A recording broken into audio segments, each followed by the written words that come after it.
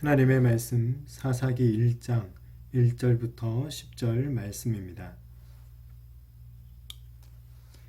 여호수아가 죽은 후에 이스라엘 자손이 여호와께 여쭈어 이르되 우리 가운데 누가 먼저 올라가서 가나안 족속과 싸우리이까.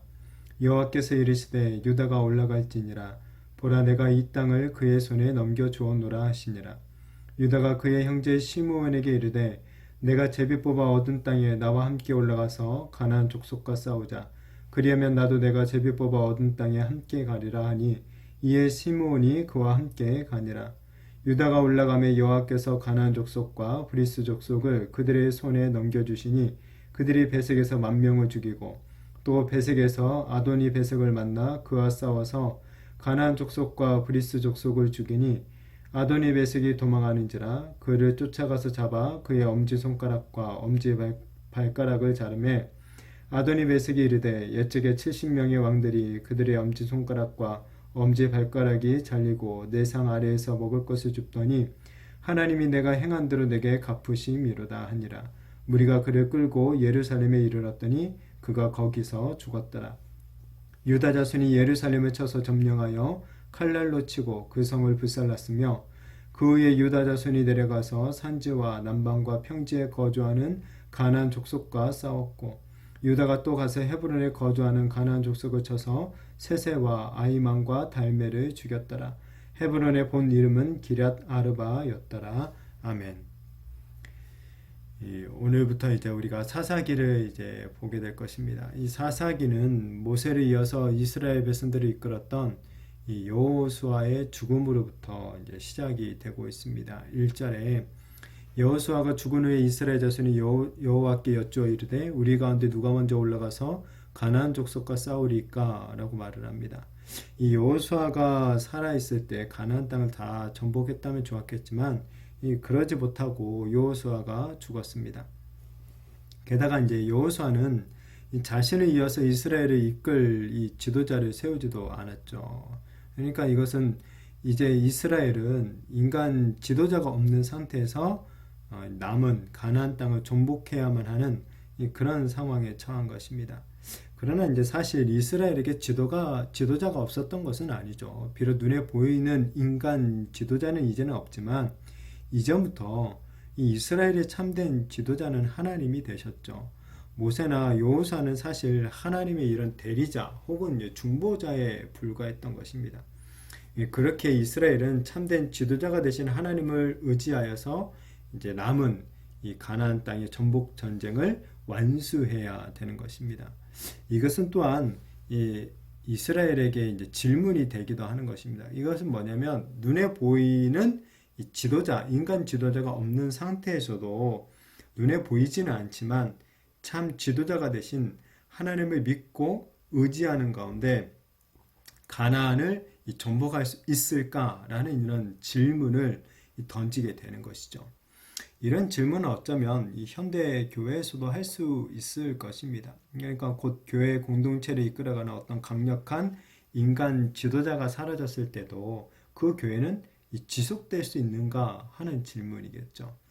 때로는 우리가 너무 인간 지도자에게 또한 의지하고 있는 것은 아닌가 하는 이 생각을 만들기도 하죠. 교회의 새로운 이 지도자가 변경되는 과정에서 참 많은 잡음들이 생기는 것을 우리가 보기 때문에 그렇습니다. 그러나 우리가 이제 생각해 보아야 될 것은 물론 이런 인간 지도자도 참 중요하지만 교회 공동체가 진정으로 믿고 의지해야 될 분은 이 교회의 머리가 되시고 주인이 되신 하나님이시라는 사실이죠. 하나님은 우리의 참 지도자로 인정할 때 인간 지도자는 뭐 죽거나 바뀌거나 하더라도 하나님의 교회를 향한 하나님의 사명과 이 약속은 죽지 않고 지속된다라는 것이죠.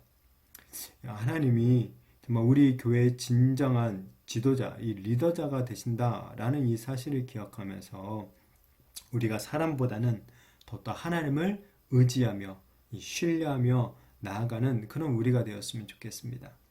이제 이스라엘 자손이 지도자가 없으니까 직접 하나님께 묻죠. 누가 먼저 올라가서 이 가나안 족속과 싸울 것인지를 묻습니다. 이에 하나님은 한 명의 지도자가 아니라 한 지파를 지목하시죠. 곧 유다 지파가 먼저 올라갈 것을 지명하십니다. 2절에 여호와께서 이르시되 유다가 올라갈지니라 보라 내가 이 땅을 그의 손에 넘겨주었노라 하시니라 라고 말씀합니다. 예, 하나님께서 유다 지파를 지목하시면서 그들에게 이제 승리의 약속까지 주고 있죠. 여기서 우리가 생각해 볼 수 있는 것은 비록 겉으로 보기에는 유다 지파가 이 싸움을 하지만은 그 승리의 성패가 하나님의 손에 달려 있다라는 것을 보여주고 있습니다. 이 사실 사사기는 전체적으로 봤을 때 이 하나님의 승리, 또 사사기뿐만 아니라 구약에서 나오는 모든 사실 전쟁의 승패가 하나님의 손에 달려 있다라는 것을 보여주고 있죠. 그렇습니다. 가나안 전복 전쟁의 승패는 오직 하나님께 달려 있는 거예요. 하나님이 승리를 주실 때 비로소 이스라엘은 승리를 얻을 수가 있는 것이죠. 그렇기에 이스라엘이 할 일은 뭐냐면 이 승리를 주시는 하나님을 굳게 신뢰하고 그 말씀에 따라 나아가기만 하면 된다는 것입니다. 곧 믿음으로 하나님이 주시는 승리를 쟁취하기만 하면 되는 것이죠. 자, 이에 유다가 이제 하나님의 약속을 받고 올라갑니다. 그러자 하나님께서 가나안 족속과 브리스 족속을 유다의 손에 넘겨주시죠. 승리를 그들에게 주신 것입니다. 자, 그런데 여기서 유다가 이 전쟁을 하러 가면서 이 시므온 족속과 함께 하고 있습니다. 3절에 유다가 그의 형제 시므온에게 이르되 내가 제비 뽑아 얻은 땅에 나와 함께 올라가서 가나안 족속과 싸우자. 그리하면 나도 내가 제비 뽑아 얻은 땅에 함께 가리라 하니 이에 시므온이 그와 함께 가니라 라고 말합니다. 하나님은 사실 유다만 지목을 하셨죠. 그런데 유다가 뭐 정확한 이유는 나오고 있지 않은데 시므온과 함께 하고 있습니다. 유다와 일단 시므온은 혈통적으로 같은 어머니의 뱃속, 그러니까 레아의 후손이죠. 그래서 매우 가까운 사이였습니다. 게다가 이 시므온 지파가 받은 땅이 유다 지파가 받은 땅에 속해 있었습니다. 그렇게 어떤 면에서 보면 유다가 지금 시므온과 협력하여서 이 전복 전쟁을 치르는 것, 혈통적으로 보거나 또 지리적으로 보더라도 아주 합리적인 일처럼 보이기도 하죠. 자, 그러나 또 한편으로 볼 때는 유다 지파가 하나님의 말씀에 온전히 순종하지 못하고 있다라는 것을 보여주는 것 같기도 합니다. 왜냐하면 앞에서 말 하나님은 유다만 언급했지 시므온도 함께 올라가라 라는 말씀을 사실 주지 않았기 때문에 그렇죠.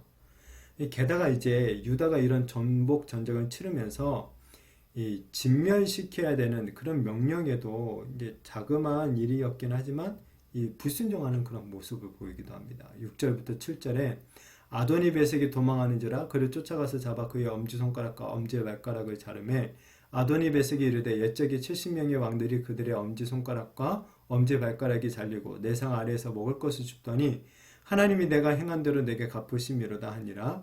무리가 그를 끌고 예루살렘에 이르렀더니 그가 거기서 죽었더라 라고 말합니다. 이 베섹이라는 지역 이제 전쟁을 치르게 되는데 그 지역을 이제 다스리고 있는 아도니 베섹과 전쟁을 하게 된 거죠. 아도니 베섹은 이제 사로잡고 전쟁에서 이겼어. 이제 그를 갖다 사로잡고 그의 엄지 손가락과 엄지 발가락을 좀 잘랐다라고 하고 있는데 이런 행위는 이 전에 아도니 베섹이 했던 아주 악한 행위였죠. 그러니까 이걸 뭘 말하냐면 이 가나안 족속들의 풍습이었다라는 거예요. 그런데 이러한 풍습을 이스라엘이 지금 똑같이 따라하고 있는 것이죠. 하나님은 이 가나안 족속들의 풍습, 그들의 문화를 따르지 말라라고 했는데 지금 유다 지파가 이런 하나님의 명령에 이 불순종하는 아주 사소한 일처럼 보이지만은 여하튼 이 불순종하고 있는 모습을 보여주고 있는 것이죠. 자, 또한 원래 가나안 전쟁은 어떤 전쟁입니까? 모든 것을 진멸시키는 그런 전쟁입니다. 따라서 사로잡은 이 아도니 베섹도 바로 그 자리에서 사실 죽여야 했던 것이죠. 그런데 이 유다 지파는 이 아도니 베섹의 엄지손가락과 엄지발가락을 자르는 이 불구르니까 만들고 그래 갖다가 예루살렘으로 끌고 가죠. 포로로 끌고 간 겁니다. 그리고 나서 보니까 그를 죽였다라는 그런 말이 나오지 않고 그냥 거기서 죽었다라고만 말을 하고 있죠. 이 표현을 한번 생각해 보면 아도니 베섹이 어떤 심판으로 죽은 것이 아니라 포로로 살다가 자연사했다라는 어떤 가능성을 갖다가 보여주고 있는 것이죠. 만약 이것이 정말 맞다면 유다 지파는 또 하나님의 명령에 불순종하고 있는 것이죠. 자, 유다 지파가 이렇게 하나님의 명령을 따라서 먼저 올라가서 이 전복 전쟁을 치르고 승리를 얻고는 있는데 뭔가 조금씩 꺼림직한 일들이 있습니다. 순종을 했는데 온전한 순종의 모습은 아닌 거죠. 이 순종을 하면서도 어떤 작은 타협들과 어떤 작은 불순종들의 모습이 나타나고 있죠. 당장은 이런 작은 불순종이 어떤 큰 문제를 일으키지는 않습니다. 어떤 결과를 확 바꾼다던가 그러지는 않고 있죠. 자, 그렇지만 그러한 태도가 언제든지 더 큰 타락의 어떤 부메랑으로 되돌아올 것을 짐작하게 해준다는 거죠. 그래서 결국 사사기를 우리가 계속 보면 이스라엘의 이런 불순종과 타락이 점점 더 커져가는 그런 것들을 우리는 보게 됩니다. 우리도 사실 주의를 해야 되겠죠. 지금 당장의 어떤 작은 불순종이 우리에게 큰 타격을 주지는 않는 것처럼 보입니다. 그러나 우리 옛말 속담에 바늘도둑이 소소득된다라는 그런 말처럼 이 작은 불순종들이 계속되어지면 결국 돌이킬 수 없는 큰 불순종으로 이어질 가능성이 크게 된다라는 거죠. 그렇기에 우리는 아무리 작은 것이라 할지라도 하나님의 말씀에 철저하게 순종하는 삶을 살아가야 하는 것입니다. 우리에게 중요한 것은 이 결과가 아니라 순종 그 자체인 것이죠. 이것을 기억하며 더욱 작은 일에도 철저하게 순종하는 삶을 살아가는 우리가 되었으면 좋겠습니다. 자, 이렇게 이제 유다 지파가 계속 전복 전쟁을 치러 나가죠.